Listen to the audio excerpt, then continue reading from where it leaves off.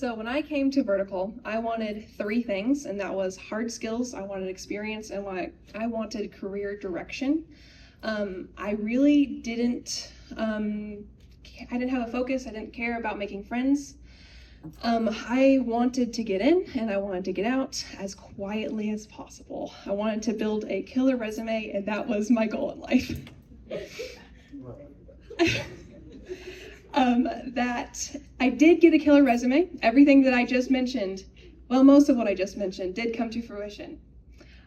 I got more than I bargained for. I stand here today in front of you. I am a leader, and I am leaving an impact.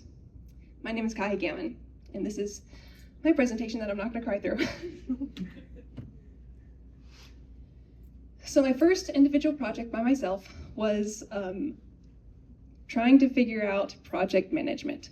So the second semester, I was trying to figure out where I was going. Like I said, I wanted those hard skills.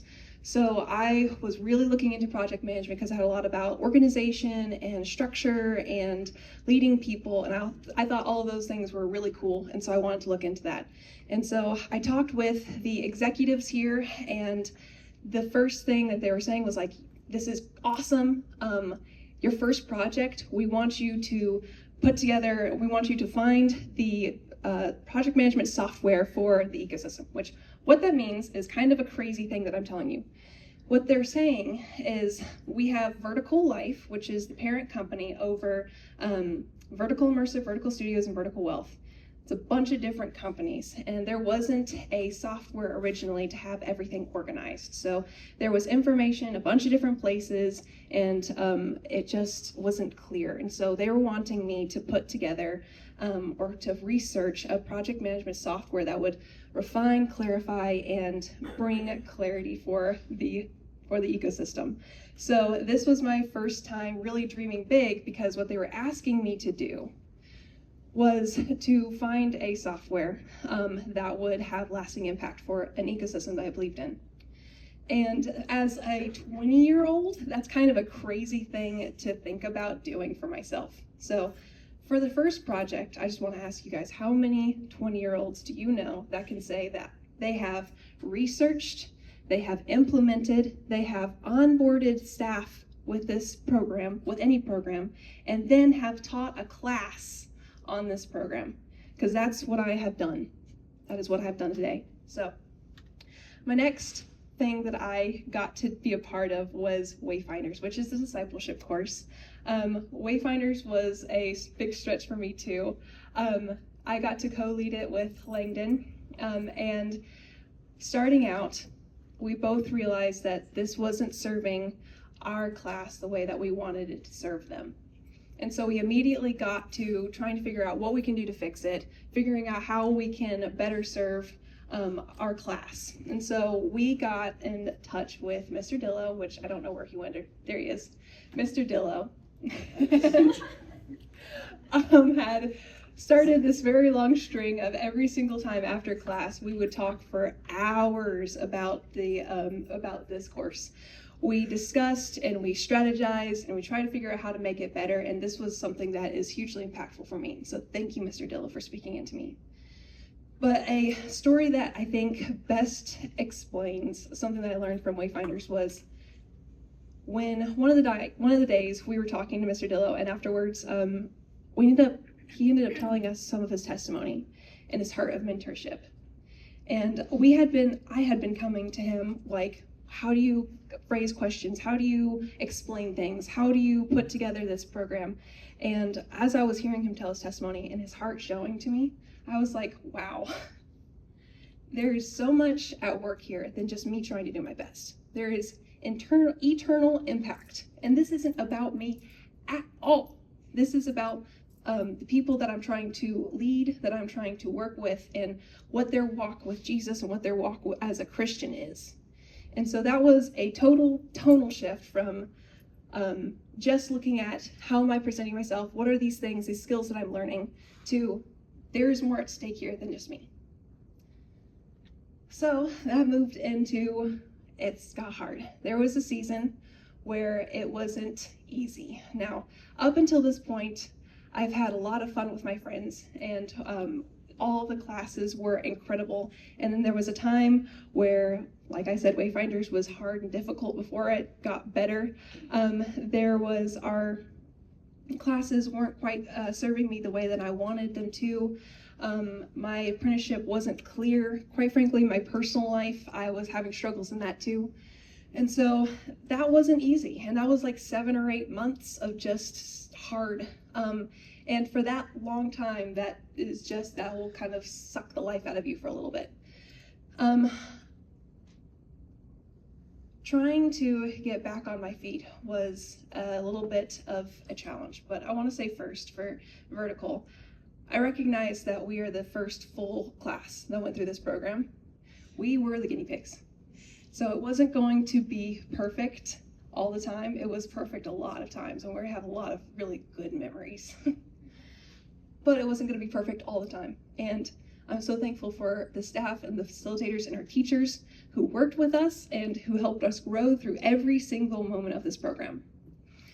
So when I got faced with this really hard time trying to figure out what is happening, what am I doing here, I had to come to the point of realizing there's more than one way to give up. You can leave the program, and that's one way to give up. But there's also the way of, I'm just going to coast from here on out. And I didn't want to do that. I hadn't done that from the start, and I refused to do that now. So, how did I get out of this slump? It was a lot because of my class. They are some of the most fun individuals that I've ever met, but they are also my best friends, and they kept me accountable, and we banded together. That was something that our class has always done, and we will always continue to do, is we band together and we work through the problems together and we support each other. So we compiled all the problems that we could think of. We found solutions that we thought might work, and for the problems that we couldn't solve ourselves, we presented it to the people who could. And then from there, we changed what we did have control of. And I started to see things move in my own life. And that is a huge blessing. I thank God for that. So we're surrounding yourself with people who grow you, and people who challenge you, and people who support you, people who have your back, and also people who have parts of you that you want to be. That is so important. So just trying to culminate this long story, I promise there's so many more stories than what I'm sharing today, this is a 3-year-long dream that I had of getting this company to the Homeschool Convention. So when it was Apprentice University, as Chaya discussed, we first talked with them like, hey, you should go to the Homeschool Convention because this is such a cool idea, and there are only hundreds of kinds of people out there that don't even know this exists. We heard it from a radio ad, for heaven's sake. There's 1,000 people out there that could benefit from a place just like this. And I believed that if we got them to the Homeschool Convention, that would be a wonderful place for it to expand and for people to get the word out and for people to start finding this. So we told them about it and they didn't go.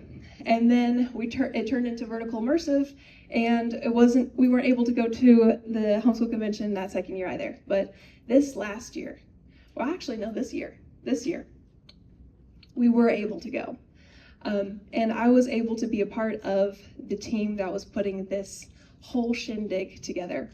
And this combined everything that I had been learning along the way with organization, with teamwork, leadership, training people. It was able to get us here, but not just getting us here, but it was also able to talk to the people around us. So when I was actually at this place and events that I've had before, I would be in the moment and I would be making sure that everything is running right and making sure that we're doing good, and I wouldn't have any time to actually sit down and talk to people and actually be a human because I wanted to make sure that the ship was running straight.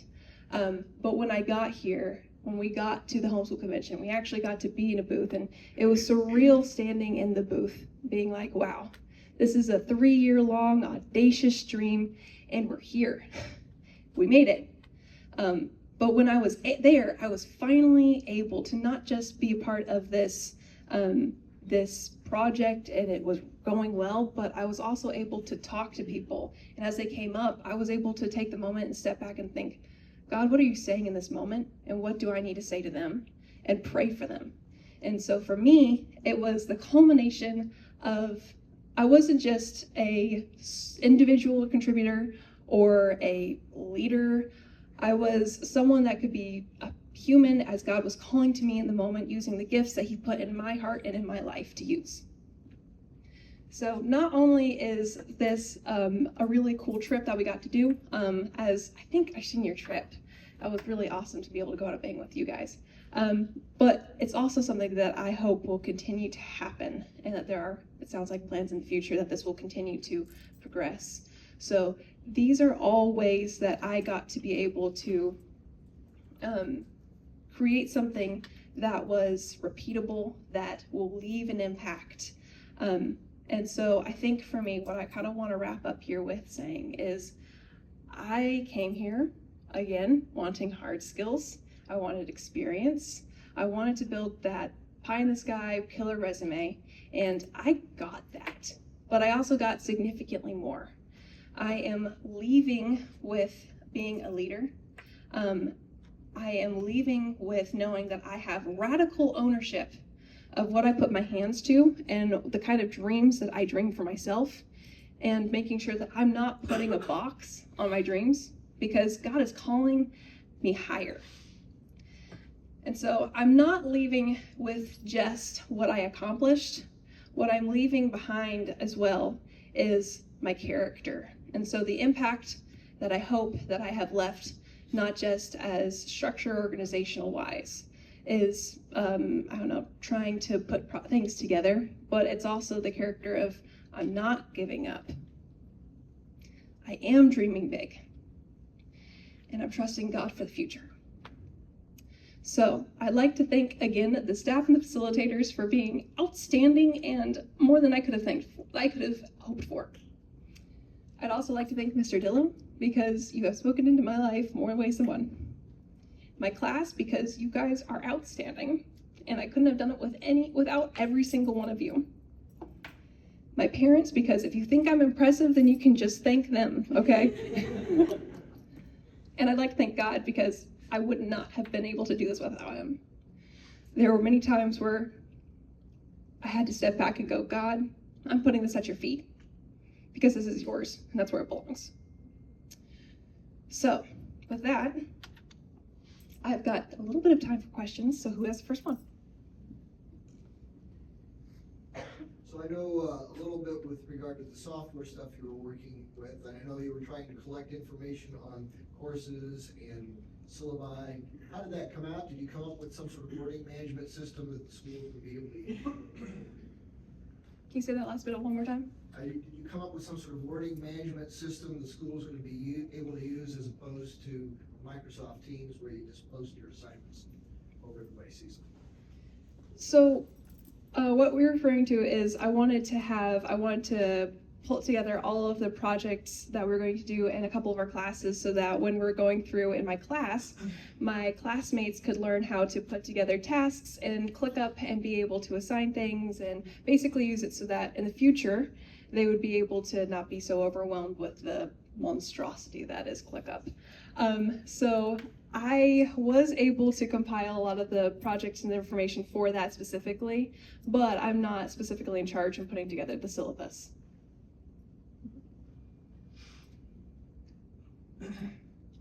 So just to clarify, who was responsible completely for putting together everything for the Homeschool Convention trip, with every logistical component and every staff person, every student, everything, and what was that like?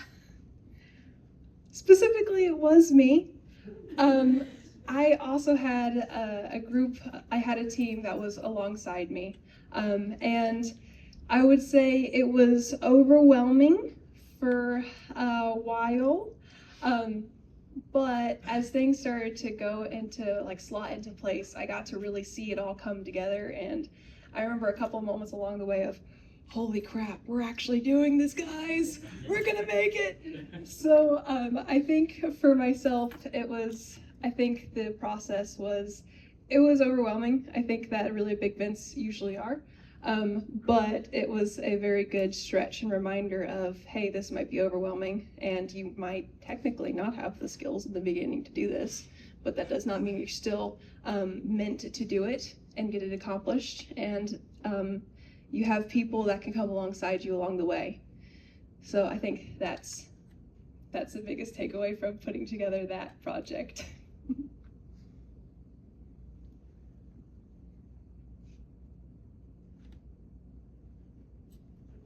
It was 2 years ago. I was looking up and I was shocked because I was staring at a room full of kids I didn't know and they didn't have name tags. So I'm using my Carnegie principles to try to remember names. We get to you, Chaya, and I could see real quick how animated you were and how you were not afraid to speak up. And I thought, Chaya, she's got charisma. And that was the way I remembered your name. And you're very passionate about what you do. And everything you just talked about just now is about intentionality. I came here with a mission, I accomplished that mission, now I'm looking forward to the next mission. One of the things you're going to learn as you get out in the world is that you are so influential because of your personality and your passion. And you're going to have a lot of things that don't go the way you want them to. And the way you handle that will influence everybody else around you because you're a natural leader. What is the first thing that you will do when things don't go right? And who is one person that you can call on to have your back, that you can vent to when things aren't going right?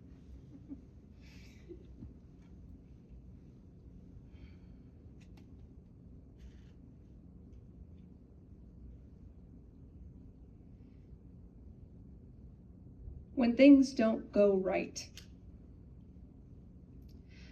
the first thing that I don't want to do is assign blame.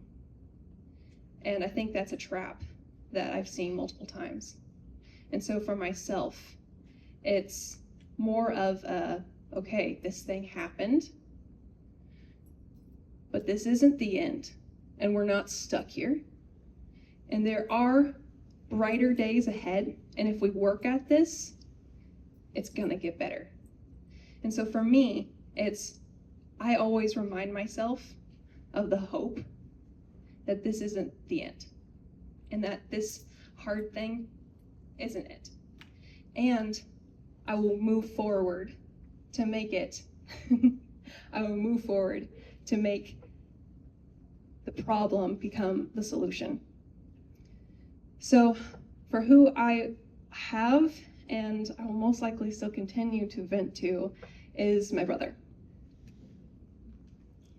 There were a handful of days where I remember, especially at the beginning, not so much at the end, praise God, but especially at the beginning, where I was like, Shiloh, I don't know what I'm doing, everything's crazy, I'm completely over my head. And I would crawl into his room and just lie on his bed and just cry. And Shiloh would sit next to me, and he would like pat my shoulder. And he would be like, okay, you're gonna be fine, you're gonna be okay. And so if I also had to say somebody who taught me to look not just at this present moment, to look forward, it would be my brother. Proud of you, kiddo.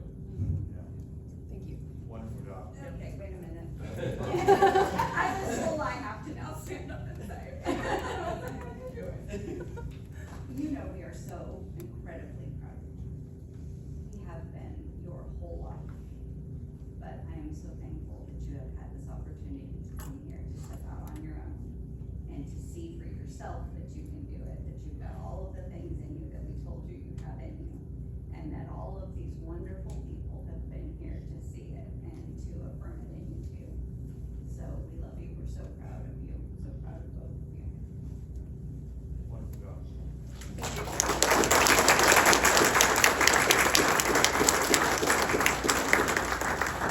So to close, I'd like to say one more time, thank you so much for being here today.